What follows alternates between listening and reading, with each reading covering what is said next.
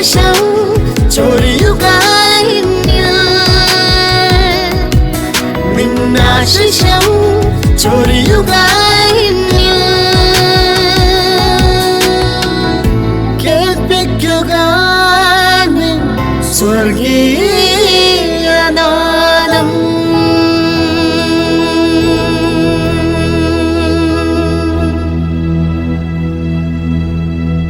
സ്വർഗീയനാദം ശ്രവിക്കുന്ന എല്ലാ മാന്യ സ്നേഹിതർക്കും കർത്താവായ യേശുക്രിസ്തുവിൻ്റെ നാമത്തിലുള്ള സ്നേഹവന്ദനങ്ങൾ അറിയിക്കുന്നു. ഈ പുതിയ പ്രഭാതം കാണുവാൻ ദൈവം നമ്മെ ഉണർത്തിയതിനായി ദൈവത്തിന് നന്ദിയോടെ സ്തോത്രം ചെയ്യാം. അടുത്ത സമയത്ത് നാം ഏറെ കേൾക്കുന്നതായ ഒരു കാര്യമാണ് സമയമില്ല എന്നുള്ളത്. ഒന്നിനും സമയം തികയുന്നില്ല. നാം രാവിലെ ഉണർന്നെഴുന്നേൽക്കുന്ന സമയം മുതൽ രാത്രിയിൽ കിടക്കയിലേക്ക് പോകുന്ന സമയം വരെ അസംഖ്യം കാര്യങ്ങളിൽ നാം ഇടപെടുന്നു. ഒന്നിനു പിന്നാലെ മറ്റൊന്നായി നാം വിവിധ കാര്യങ്ങളിൽ, എണ്ണമറ്റ കാര്യങ്ങളിൽ ഇടപെട്ടുകൊണ്ടാണ് ഓരോ ദിവസവും ജീവിക്കുന്നത്. എത്രയോ വലിയ തിരക്കാണ് നമുക്ക് അനുഭവപ്പെടാറുള്ളത്. ഓരോ ദിവസവും നമുക്ക് വിശ്രമിക്കുവാൻ സമയമില്ലാതെ വണ്ണം നാം വിവിധങ്ങളായ കാര്യങ്ങളിൽ ഏർപ്പെട്ട് ജീവിക്കുന്നു. അതുകൊണ്ട് ഒന്നിനും സമയം തികഞ്ഞു പറ്റാറില്ല. പഴയ കാലത്തെ കാര്യങ്ങൾ നാം നോക്കുമ്പോൾ നമുക്കിതുപോലെ തിരക്ക് അനുഭവപ്പെട്ടിരുന്നില്ല എന്ന് കാണുവാൻ കഴിയും. ഏതെങ്കിലും ഒന്നോ രണ്ടോ കാര്യങ്ങൾ പ്രധാനമായും ഒരു ദിവസത്തെ പ്രോഗ്രാമായി നാം ചെയ്തു വന്നിരുന്നു. ഒന്നുകിൽ ഒരു കല്യാണമാകാം, അല്ലെങ്കിൽ ഒരു ശവസംസ്കാരമാകാം, അതുമല്ലെങ്കിൽ നമ്മുടെ എന്തെങ്കിലും യോഗങ്ങളോ അതുപോലെയുള്ള പരിപാടികളോ ആകാം. അങ്ങനെ ഏതെങ്കിലും പ്രധാനപ്പെട്ടതായ ഒരു കാര്യത്തിൽ മാത്രം നാം ശ്രദ്ധ വച്ചിരുന്നു പഴയ കാലത്ത്. എന്നാൽ ഇന്നത്തെ രീതി അതല്ല. ഓരോ ദിവസവും നാം അനേക കാര്യങ്ങളിൽ ഇടപെടുന്നു. മാത്രമല്ല, കഴിഞ്ഞ കാലത്തെ അപേക്ഷിച്ച് ഈ കാലങ്ങളിൽ യാത്ര എന്ന് പറയുന്നത് വളരെയധികം വർദ്ധിച്ചിട്ടുണ്ട്. പഴയ കാലത്ത് നാം യാത്രയ്ക്കായി ആശ്രയിച്ചിരുന്നത് ബസ്സുകളെയായിരുന്നു. കാറുകൾ ഉപയോഗിക്കുന്നത് തുലോം കുറവായിരുന്നു.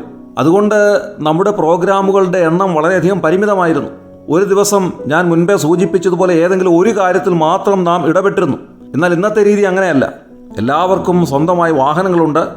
അതുകൊണ്ട് അവരവരുടെ ഇഷ്ടത്തിനനുസരണമായി ഒരു സ്ഥലത്ത് നിന്ന് മറ്റൊരു സ്ഥലത്തേക്ക്, ഒരു പ്രോഗ്രാമിൽ നിന്ന് മറ്റൊരു പ്രോഗ്രാമിലേക്ക് തുടർമാനമായി സഞ്ചരിച്ച് അതിലെല്ലാം ഇടപെടുവാൻ നമുക്ക് സാധിക്കുന്നു.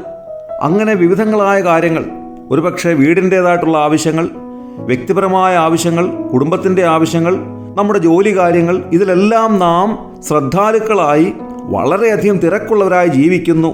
എന്നാൽ ദൈവവചനം നമ്മോട് പറയുന്ന ഏറ്റവും പ്രധാനപ്പെട്ട കാര്യം എഫെസ്യ ലേഖനം 5-ാം അധ്യായം 16-ാമത്തെ വാക്യമാണ്. അതിങ്ങനെയാണ്: ഇത് ദുഷ്കാലമാകയാൽ സമയം തക്കത്തിൽ ഉപയോഗിച്ചു കൊള്ളുവിൻ.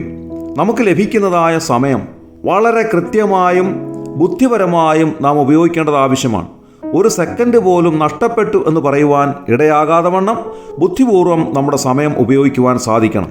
അതെങ്ങനെയാണ് ബുദ്ധിപൂർവ്വം നമ്മുടെ സമയം ഉപയോഗിക്കുവാൻ സാധിക്കുന്നത്? മത്തായി എഴുതിയ സുവിശേഷം 6-ാം അധ്യായം 33-ാം വാക്യത്തിൽ ഇങ്ങനെയാണ് പറയുന്നത്: മുമ്പേ അവൻ്റെ രാജ്യവും നീതിയും അന്വേഷിപ്പീൻ, അതോടുകൂടെ ഇതൊക്കെയും നിങ്ങൾക്ക് കിട്ടും. ഏതൊക്കെയാണ് കിട്ടുന്നത്? അതേ അധ്യായം 25-ാമത്തെ വാക്യം: എന്ത് തിന്നും എന്ത് കുടിക്കും എന്ന് നിങ്ങളുടെ ജീവനായിക്കൊണ്ടും എന്തുടുക്കും എന്ന് ശരീരത്തിനായിക്കൊണ്ടും വിചാരപ്പെടരുത്. ഇതെല്ലാം വലിയവനായ ദൈവം നമുക്ക് നൽകുന്നു. ആർക്കാണ് നൽകുന്നത്? താൻ ഒരു പാപിയാണെന്ന് സ്വയം തിരിച്ചറിഞ്ഞ് യേശുക്രിസ്തു തനിക്ക് വേണ്ടി മരിച്ചു എന്നും അവിടുത്തെ പരിപാവനമായ രക്തം തൻ്റെ പാപത്തിന് മറുവിലയായി ദൈവനീതിയുടെ മുൻപാകെ ഒഴുക്കിയെന്നും അതുകൊണ്ട് യേശുക്രിസ്തുവിനെ രക്ഷിതാവും കർത്താവുമായി സ്വീകരിക്കുന്നു എന്നും വിശ്വസിക്കുന്ന ഒരു വ്യക്തിക്ക് വലിയവനായ ദൈവം ഈ അനുഗ്രഹങ്ങളെല്ലാം നൽകിക്കൊടുക്കുന്നു. അങ്ങനെയുള്ളവർക്ക് ഈ ലോക ജീവിതത്തിനപ്പുറമായി കർത്താവിനോട് കൂടെ നിത്യമായൊരു ജീവിതമുണ്ട്.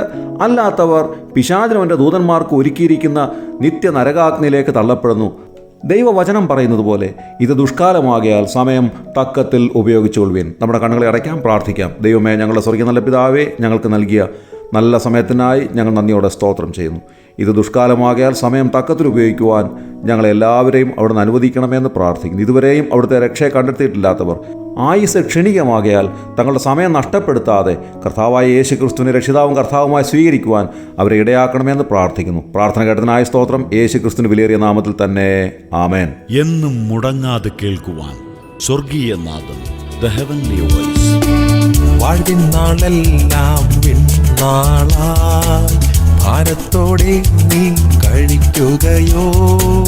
വാഴ്വിൻ നാളെല്ലാം നാളായി ഭാരത്തോടെ നീ കഴിക്കുകയോ?